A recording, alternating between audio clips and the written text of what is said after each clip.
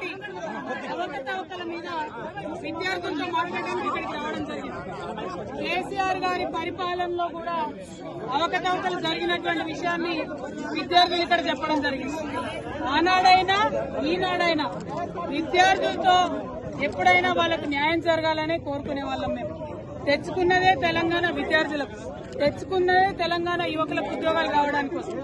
ఒకవేళ ఇదివరకు జరిగినటువంటి అన్యాయాన్ని చూసే విద్యార్థులు ప్రభుత్వాన్ని పోగొట్టిన విషయం మీరే చెప్తున్నారు ఓపెన్ గా, దానిలో వేరే ఒపీనియన్ లేదు.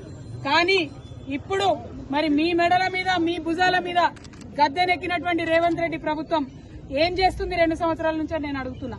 దాన్ని ప్రశ్నించడానికి వస్తే మీరు కూడా వాళ్ళ మాయలో పడిపోవడం అన్నది చాలా దారుణం.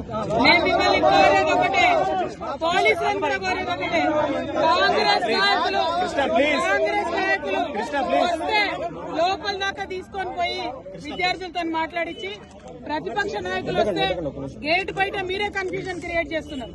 విద్యార్థులతో ఓపెన్ డిస్కషన్ కోసం ఇక్కడికి వచ్చినాం, కానీ అది కూడా కాదంటే ఇక్కడ కాకపోతే ఇంకో దగ్గర మాట్లాడుకుంటాం. కానీ ఇవాళ మేము కోరేది ఒకటే, ఖచ్చితంగా గ్రూప్ 1 లో అక్రమాలు జరిగినాయన్నది ఇవాళ ప్రతి ఒక్కరు ఒప్పుకుంటున్నారు.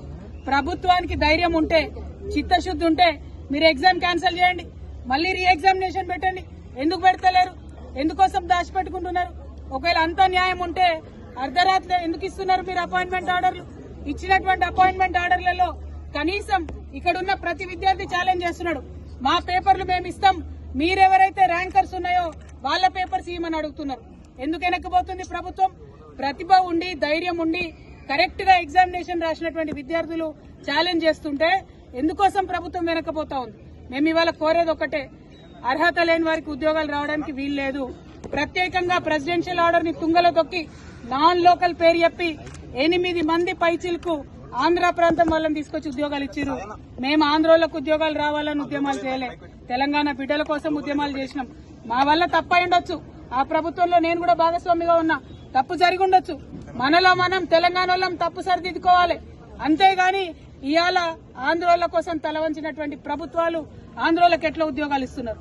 ఆ విషయాన్ని గుర్తించండి, ఆ విషయాన్ని గమనించండి.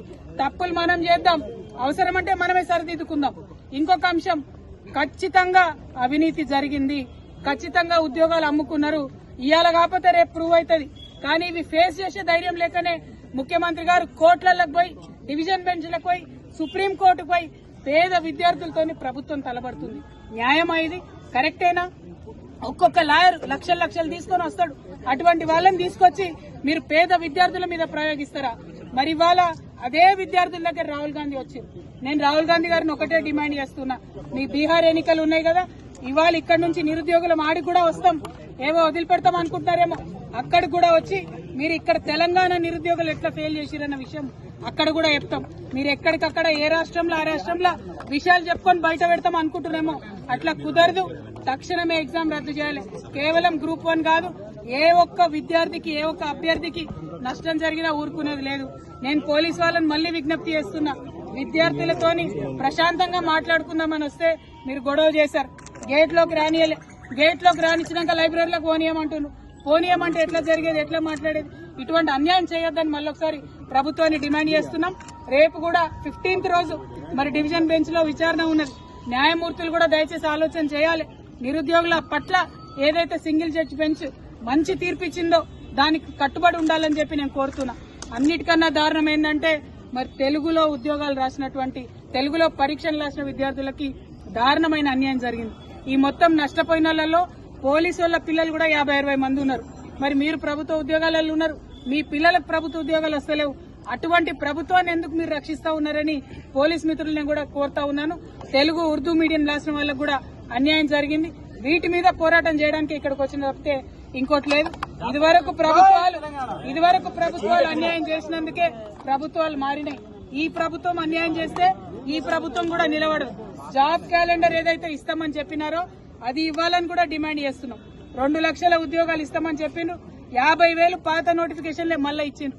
మరి కొత్తగా ఒక్క ఉద్యోగం కూడా వేయలేదు. ఎందుకోసం అని చెప్పి క్వశ్చన్ చేస్తా ఉన్నాం. ఇది ఇక్కడితో వదిలిపెట్టబోము. రేపు ఒకవేళ డివిజన్ బెంచ్ లో మనకు అనుకూలంగా తీర్పు రాకపోతే సుప్రీంకోర్టు వరకు కూడా నిరుద్యోగుల వెంట మేము నడుస్తామని ఈ సందర్భంగా తెలియజేస్తూ ప్రభుత్వాన్ని భేషజాలకు పోవద్దు, గ్రూప్ 1 రద్దు చేయాలని మరొకసారి డిమాండ్ చేస్తున్నాం. జై తెలంగాణ.